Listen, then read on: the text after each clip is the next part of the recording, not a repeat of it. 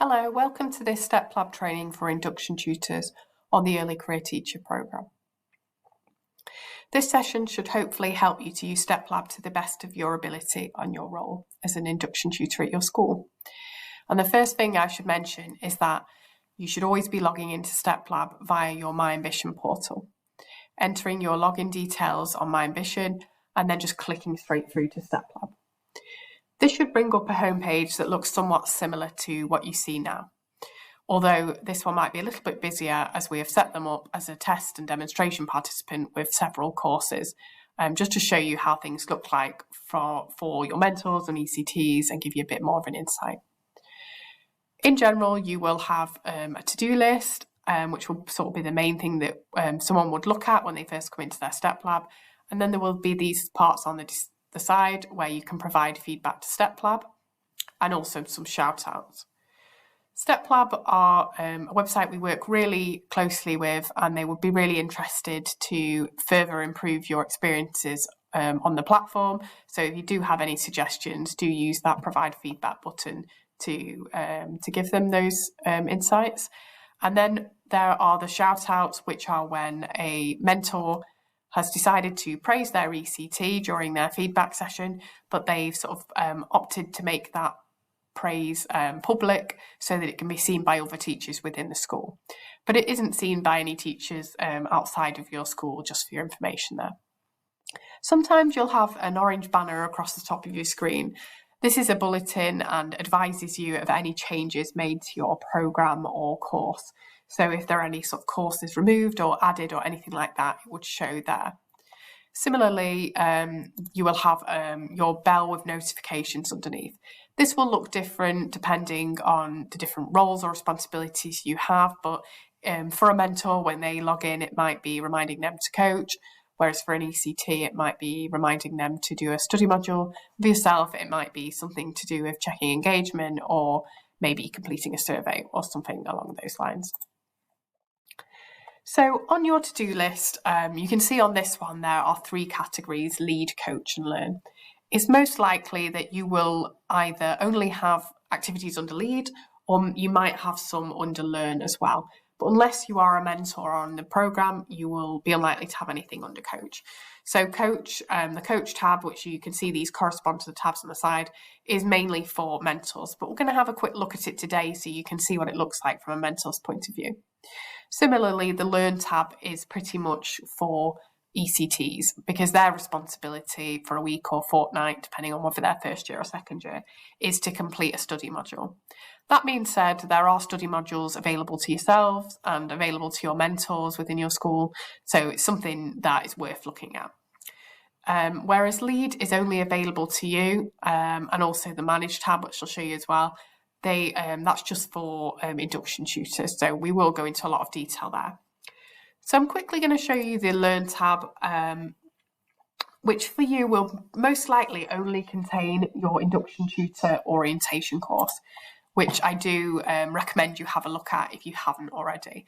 If it's not in your Learn tab, it's probably that you've already completed it and it's disappeared from it, because you do receive this immediately when you gain access to StepLab. But this is just sort of your programme overview and you're welcome to your role on the programme. ECTs themselves, they will receive the core early career framework content, which consists of 3 strands: behaviour, instruction and subject. So these modules within the strands are released in batches of 6, roughly every 6 weeks. So they'll receive, in general, B1 to 6 in September, then B7 to 12 after October, and then instruction 1 to 6 after Christmas, and so on. Although the release structure will look different, perhaps depending on your school, or maybe perhaps depending on your delivery partner. But in general, that's the cadence that it will follow. Obviously, January starters will only receive behaviour 1 to 6 when they start in January. So what ECTs will do is that if they're in their first year on the programme, they're expected to do this weekly, and it will be fortnightly if they're in their second year, and they basically just click into the module and work through the contents of that module. So sometimes there can be different activities for a different module, but the structure is pretty much watching a video to introduce, reading a evidence-based article, watching an exemplification video where an expert teacher models that particular strategy which is the focus of that week, and kind of more content to underpin it, quizzes. Probably wouldn't be this many in a usual module, but there'd be sort of about 5 or 6 or 7 activities for them to do and mark as complete. And once they did, that would be their sort of obligation for that week completed. In terms of your mentors, they similar to you, they will probably just have an orientation course, and they might also have the mentoring and coaching development area. So, and this is where they can learn a little bit more about how best to perform their role. But for a mentor, anything on the Learn page, any courses, orientation courses, or whichever are optional, as is this orientation for yourself. This Learn page, sort of contents of it are only compulsory for the ECT themselves. The coach page, on the other hand, is where the mentor will spend the majority of their time, and this is where they complete their weekly for year 1 or bi-weekly for year 2 obligation for that cycle. So they would sort of select their teacher here, because there might be more than one ECT. Important to note that if you are also a mentor on the programme, your coach page might look a bit like this. Otherwise, it's just going to be quite blank. But for a mentor, they'd select their teacher and then they'd start that mentoring cycle. First, starting with the observation. So they'd complete the observation part of it, where they're actually sat at the back of the classroom and deciding whether their ECT has met the previous step that they set for them, and then watching the rest of it and deciding, right, which step are we going to set for them next week, and we're going to observe for next week. And then the second part, once that observation's been complete, the second part, the give feedback, becomes available. And they'll actually sort of sit down and do this when they are in their regular meeting with their ECT. So that sort of regular mentoring meeting they'll have, part of that will be spent completing this feedback session, which not only involves giving feedback on the previous step, but also giving feedback on what we're going to focus on for the next week, and sharing that new step, modelling that new step, explaining it really well to the ECT, and then engaging in that deliberate practice part of the instructional coaching process, which is arguably the most important part, where they can make sure that at the end of that session, the ECT fully understands what they need to demonstrate in their next observation. And when both of those are done, that's the sort of expected participation for the mentor done for that week or for that fortnight. Also on this page, they are able to see their ECT's previous coaching history, and they can also see the same modules that the ECT sees within their Learn page. But what's really useful here is not only can the mentor sort of click in and actually complete the modules if they want to, or at least see the content from them, they're also able to see whether their ECT has completed that module, which is really useful because not only can they sort of give their ECT a little bit of a nudge if they've not been completing their modules, but also it informs what steps they set for them, because we wouldn't advise them to be choosing a step in a module such as instructions when this ECT has not completed that training yet. They've not done that study that is associated. So this is just really useful. Important to note at this point that if you have mentors, if you have a second year cohort, mentors of second years are not able to see what studies, what modules were completed by their ECT in the first year. It's just the way the programs are set up on StepLab. They are separate programs, so you wouldn't be able to see that previous performance. You yourselves, you do have access to what was done in first year, but the mentor doesn't.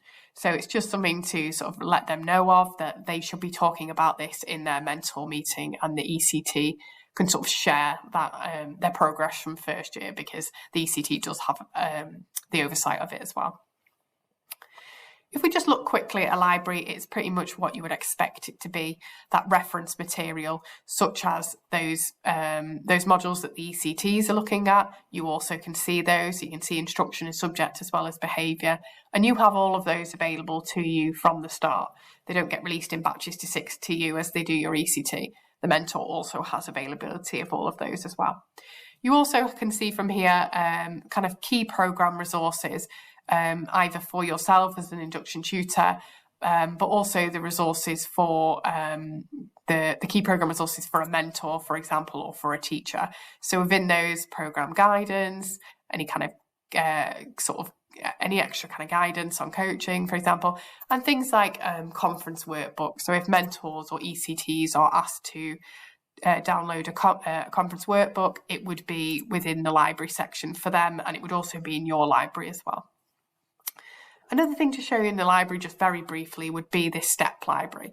This is just the fact that you can see every single step that a mentor could possibly set for their ECT, and you can sort of zoom in onto each category and kind of get more granular each time, and this you have availability of every single step.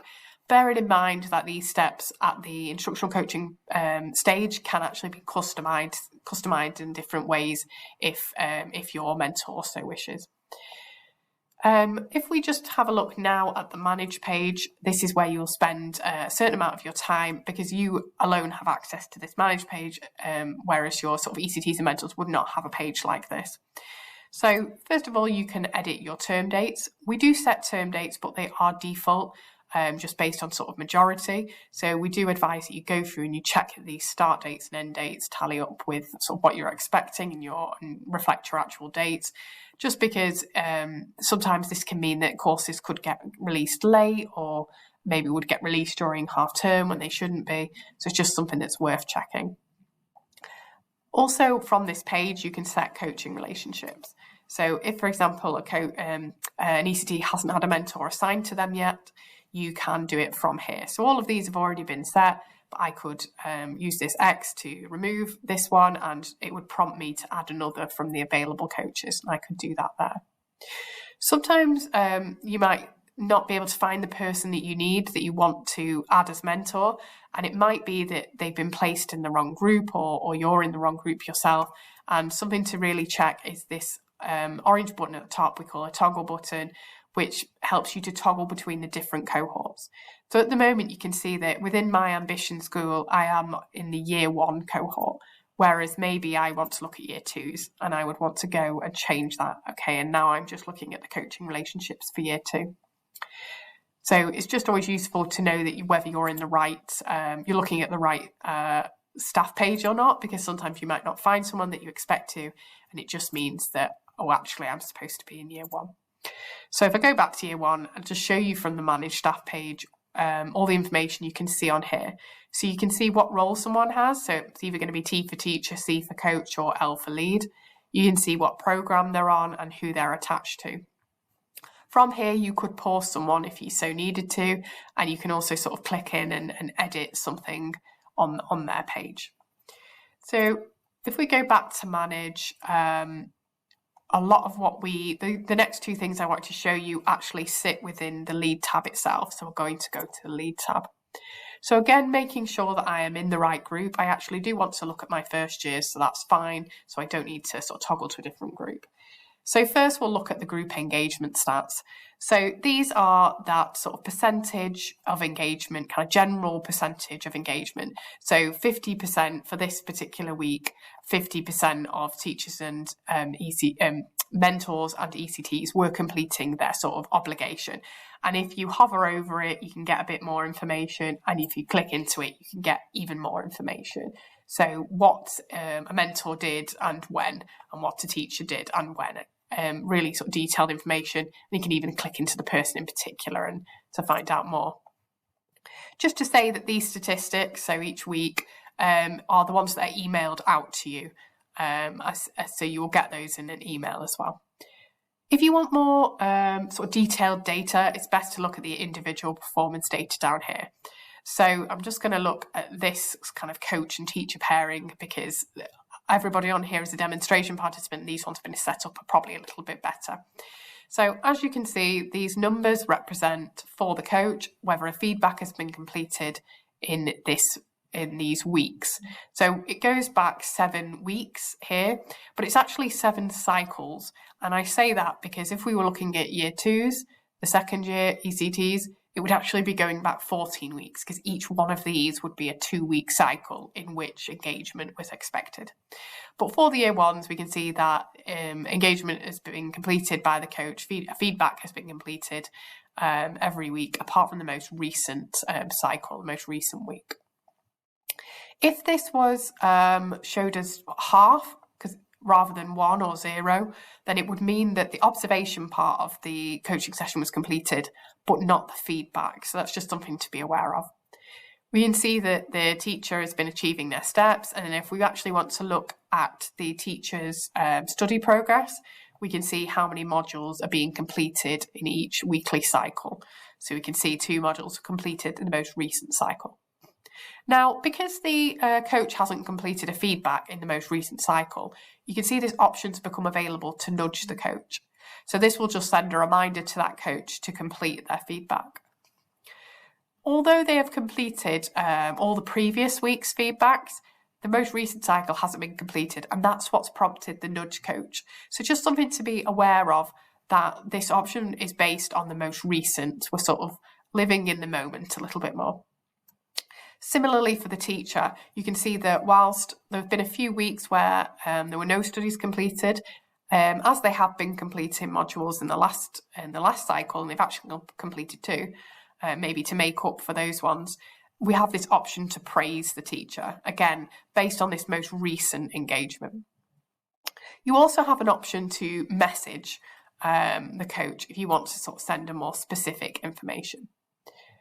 Now, we can actually filter this information below to just show what we want to know. So for example, we just want to know coaches who have not completed for the current cycle, they've not done their coaching session. We can actually filter our data, our dashboard data, just to show that.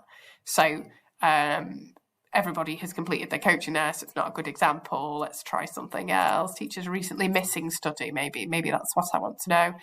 And I update my dashboard, and it shows me that these teachers have been missing their study.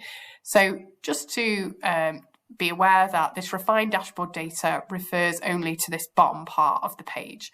It won't affect these engagement stats at all. We don't really use drop-ins at Ambition, but they are something that StepLab use, so it might be something to look on the sort of support page about that. If you want to see a little bit more information about a particular program or a particular course, you can go into Study Progress via Overview. And this would just show you, first of all, you can look at, in terms of a whole program, what has everybody completed of it. It would show you that. You could look for a particular course within the program. So maybe you only want to look at behaviour, 7 to 12, for example. I just want to know who's done that. I can have a look at that. And you can also look at standalone courses. So standalone courses are sort of those individual courses that aren't part of the core program content. And a really good example of this is the stretch content that is released to year 2s in their second year. So if I just toggle to our second years and I have a look at the standalone course of stretch modules, this should hopefully show me who's been completing. Maybe I'll try a different one.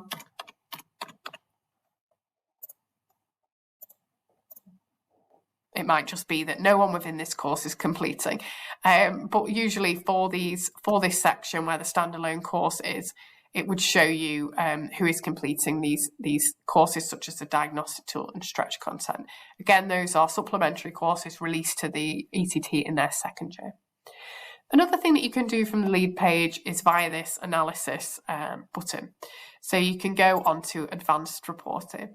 Advanced reporting can be used in different ways, but it's usually actually used by induction tutors who have oversight of more than one school, because they can make these comparisons between their schools, and they can sort of see different statistics and different sort of graphic representations of these statistics, such as a coach participation trend. There's lots of different ways that you can use this, and it completely depends on what you want to do and the sorts of information you're wanting to find out. So it is worth sort of playing around on, and there might be sort of future training around this, but probably not too relevant for if you're just looking after one school. Finally, you can export data. So what this means is that you can actually export some of this data that we're looking at here within a CSV file format, so that you might be able to sort of triangulate it with perhaps other data that you have. So the kind of reports that you can generate are things such as what observations and feedbacks have been done, what are completed studies, or what are completed course modules. Lots of things that you can look at. You can filter by particular dates, so you're only looking at, say, a certain range, and you can export that and sort of download it, remembering again to ensure that you're in the correct group. So right here I'm in year 2, but maybe I want to look at my whole school, or maybe I just want to look at sort of year 1s, and that would be there. So just a couple more things I wanted to show you was that if you want to look at a certain user within your school and find out a bit more information, you can search them from this top bar. So, for example, I want to look at one of my ECTs, my first year ECTs. I can find them here, and I have different options. So what I might want to do is explore their portfolio, and I'll do that now just to show you that I can look at what courses they've completed, what programs they're on, what steps they've done, what feedback they've received, and if they were a mentor, I could look at what feedback they've given, and I'd even have the option I'd just be able to see basically their record of achievement. They can also see this, and they're able to download this themselves. But another thing you can do as well, as sort of looking at that portfolio, which shows you all of the sort of achievements, is that you have this option of masquerading. So you can masquerade as anybody within your school. What it really just means is that you get to see StepLab from their perspective. So I can see exactly what StepLab would look like from my first year ECT's perspective. It really helps with any navigational issues or any misunderstandings. So the final thing I want to show you is just the support page. So it's this knowledge base of articles, basically with anything that you might want to know about how to use StepLab. So for example, there's like a coaching simulator for mentors, but for everybody within everybody within their roles, the ambition programs on StepLab, they can choose these different kind of articles to find out a little bit more. So at the moment, I'm only looking at the kind of it from a participant's point of view. So it's things like how to view modules as a year 2 ECT, or how to navigate a module. But for mentors and for yourselves, there'll also be other articles about how to do the things you need to do, such as how to monitor engagement. This has been sort of produced by our Learning Design department in conjunction with StepLab, and it's just like a really useful resource to use.